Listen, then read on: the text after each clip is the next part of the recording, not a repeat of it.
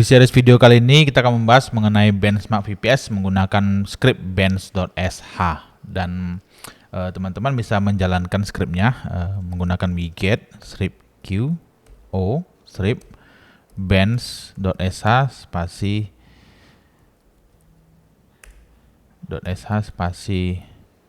tanda pemisah ya, bus gini, enter.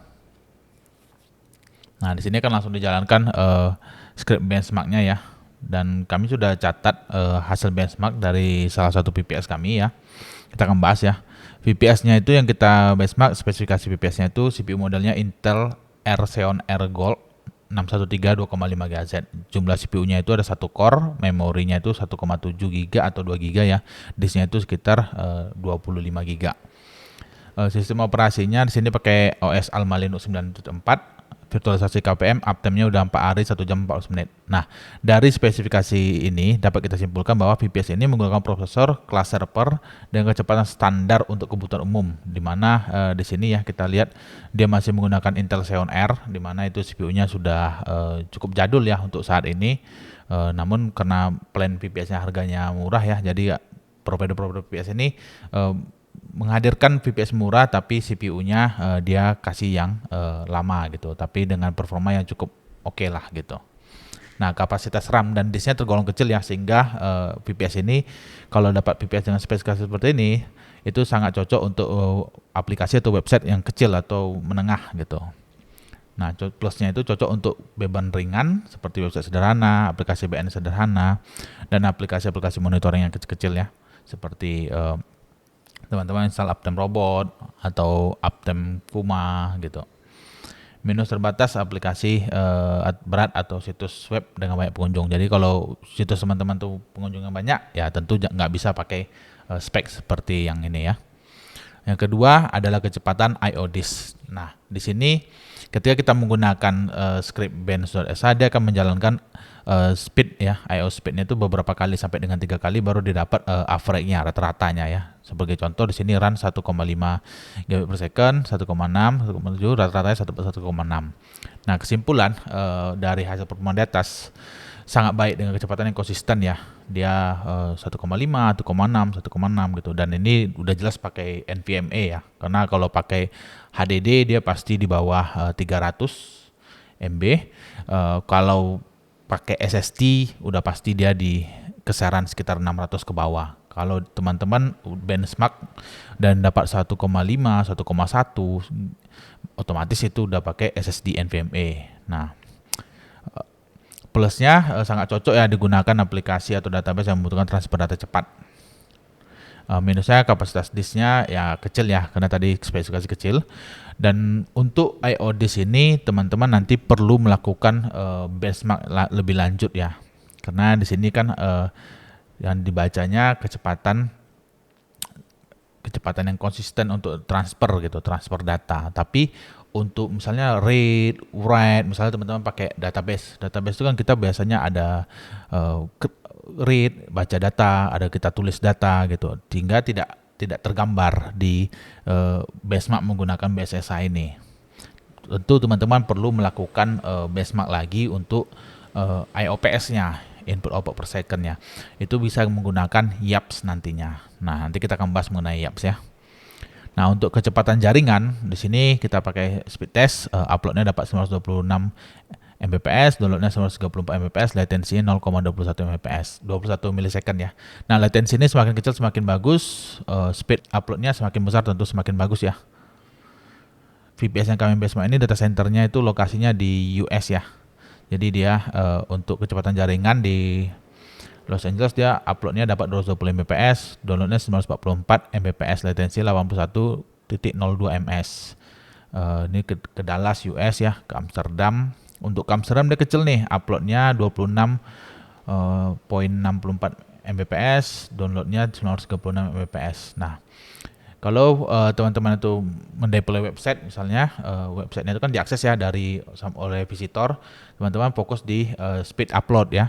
Untuk download ya memang kalau cepat lebih bagus gitu, tapi kalau bisa uploadnya juga bagus. Kalau seperti ini kan Amsterdamnya kecil ya, jadi kalau teman-teman nanti visitor websitenya itu ada yang di Amsterdam gitu, otomatis dia lebih lambat gitu. Solusinya teman-teman harus pasangin CDN supaya distribusinya itu lebih cepat gitu, latensinya lebih rendah. Dan ini juga teman-teman bisa perhatikan ya, latensinya 122 milisecond dan ini udah tergolong tinggi karena udah 3 digit hitungannya. Rekomendasinya ya kalau bisa 1 digit gitu kan, 0,21, 1 ms, 2 ms gitu. Tapi kalau bisa 1 sampai 2 digit masih oke. Kalau 3 digit maka teman-teman cek lagi aplikasi atau websitenya itu dikunjungi dari daerah itu enggak visitornya gitu. Kalau memang visitornya banyak dari daerah itu misalnya, maka teman-teman harus pasang CDN di websitenya. Tapi kalau enggak, berarti teman-teman boleh juga abaikan aja gitu, karena trafficnya kita nggak fokus ke situ. Misalnya kita bikin website nih, target pengunjung kita di US. Nah, kita ada diakses nih dari Amsterdam. Nah, tapi visitornya cuma dikit tuh dari Amsterdam. Katakanlah misalnya 0,1% aja gitu. Maka teman-teman bisa cuekin aja gitu. Nah, kecepatan jaringannya seluruhnya sangat bagus ya, latensinya rendah di wilayah AS karena memang VPS yang kita benchmark ini lokasinya itu ada di AS, Amerika ya. Nah, ini yang mengenai pembahasan input output operation per second. Nah, untuk IOPS ini nggak kelihatan ya kalau teman-teman menggunakan bench.sh. Nah, tapi teman-teman bisa lihat nanti menggunakan script YAPS. Jadi kalau kita jalankan YAPS,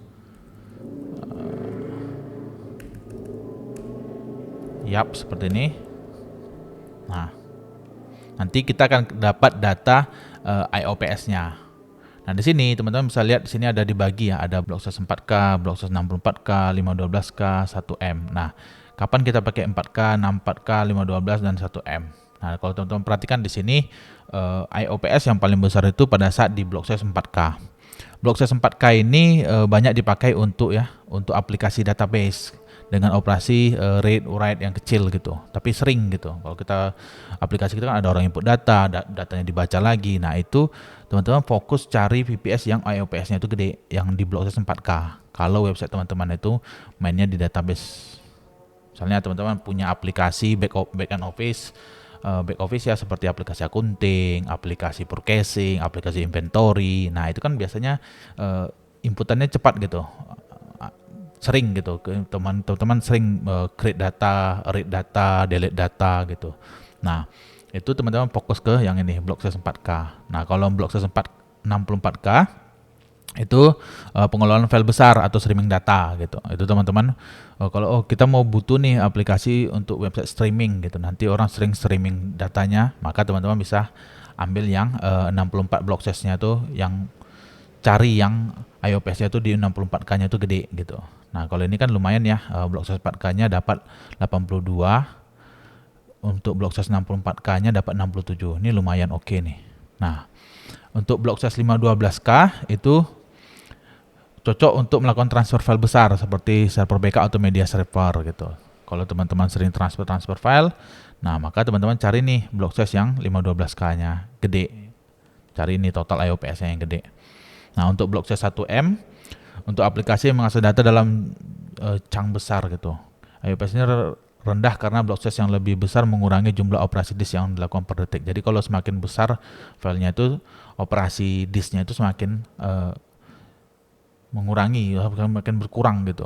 Nah, teman-teman kalau ini sih jarang sekali ya yang ini, kecuali teman-teman misalnya teman-teman tuh bikin aplikasi, misalnya aplikasi yang butuh split data gede gitu. Misalnya teman-teman itu punya aplikasi split data PDF gitu. Misalnya dari 100 halaman PDF teman-teman mau bagi nih atau dicang, misalnya per filenya di split jadi 5 gitu, 5 gitu. Nah, itu teman-teman butuh tuh yang block size-nya 1M ini, yang cari yang gede gitu.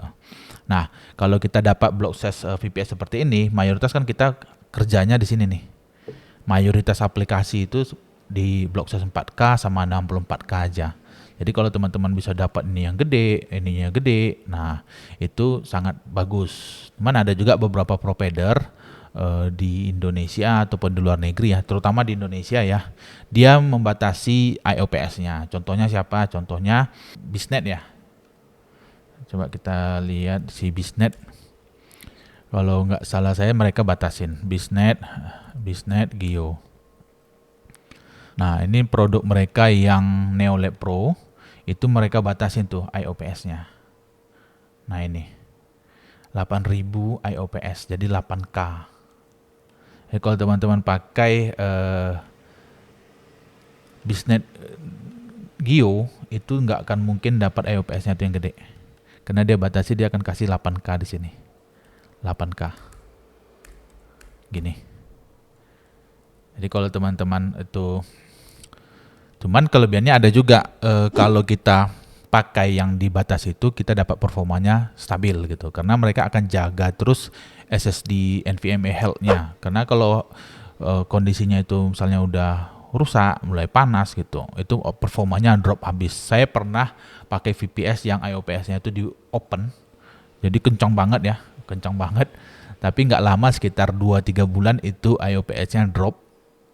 Transfernya itu bisa 1,6 GB per second seperti ini, itu jadinya 64 aja. Jadi average-nya itu dapatnya 64 MB gini.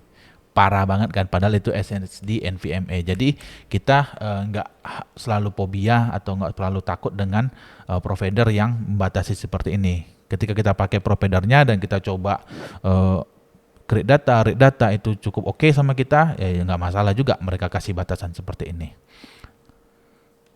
Jadi teman-teman nggak usah takut kalau ada yang ngasih batasan. Nah, jadi dengan teman-teman mau nonton video ini, teman-teman harusnya udah tahu nih, kalau kita itu butuh aplikasi untuk database, aplikasi untuk blog, untuk aplikasi pada umumnya, teman-teman lihat yang dua ini aja, itu udah lebih dari cukup.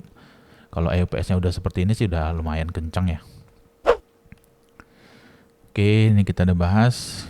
Nah, kesimpulannya IOPS yang tinggi terutama pada blok size 4K ya. Nah, ini kan kalau teman-teman lihat yang paling tinggi blok 4K-nya nih, 82. Ini 67 cuman kan, ini 84. Jadi kalau teman-teman dapat VPS seperti ini, oh udah pasti ini cocok nih untuk aplikasi database, aplikasi website yang pada umumnya gitu. Oke, kita bahas lagi kesimpulannya. Kesimpulan benchmark ya, rata-rata kecepatan I/O-nya 1,6 GB per second, IOPS terbaik itu ada di 41K ya, IOPS-nya. Performa jaringan yang bagus di US atau Amerika. Disk performa tinggi, cocok untuk beban kerja database, aplikasi banyak, transaksi kecil ya, seperti aplikasi back-end office, seperti aplikasi accounting, aplikasi inventory, pokoknya aplikasi-aplikasi pada umumnya ya, itu cukup bagus lah gitu. Nah, kekurangannya kapasitasnya disknya kecil ya, karena tadi cuma 25 GB, latensinya untuk daerah wilayah Asia itu sangat besar. Jadi teman-teman kalau pakai nemu VPS yang seperti ini, lokasinya itu speednya itu bagus di US, tapi teman-teman visitornya itu ada di Asia. Nah, kalau teman-teman masih mau pakai VPS-nya, teman-teman bisa pasang CDN. Tapi kami sangat merekomendasikan teman-teman itu menggunakan VPS di mana visitor teman-teman itu paling banyak berada. Jadi misalnya kita punya website, kita cek aja analitiknya visitornya itu datang dari negara mana. Misalnya dari Indonesia. Oh, oke, berarti teman-teman itu fokus cari VPS yang ada di Indonesia. Misalnya VPS di Indonesia nggak cocok nih, nah, paling jauh teman-teman pakai yang Singapura. Jangan teman-teman pakai yang US gitu. Oke, demikian ya benchmark VPS. Sini kita ganti aja namanya, jadi satu slide aja ya, benchmark VPS. Nah, karena kita udah bahas tadi juga mengenai IOPS ya di YAPS. Karena di YAPS itu paling kita ceknya cuma IOPS ini aja, yang ini. Nah seperti ini kan, 4K itu dapat 84, 88. Yang 64K dia dapat 53. Ya udah, berarti ini sangat cocok nih untuk aplikasi yang menggunakan block size 4K dan 64K. Aplikasinya apa aja teman-teman bisa cek di sini. Tadi di sini kita kasih contoh ya, untuk 4K itu rekomendasi untuk aplikasi apa? Aplikasi database kecil dan operasi log yang sering gitu, seperti aplikasi accounting, inventory, blog itu bisa. Nah, ini untuk pengelolaan file besar atau sedang ya, dan streaming data gitu. Teman-teman fokus, tapi rata-rata ngeceknya di 4K aja di sini. Saya pribadi pun ceknya di sini aja nih, yang di bagian 4K. Karena kalau untuk yang file gede ini kan 1M ini kita sangat jarang use case-nya. Kecuali teman-teman itu untuk handle big data ya. Mungkin teman-teman lihat lagi dengan sini. Oke, demikian video mengenai benchmark VPS ya. Semoga bermanfaat. Sampai ketemu lagi.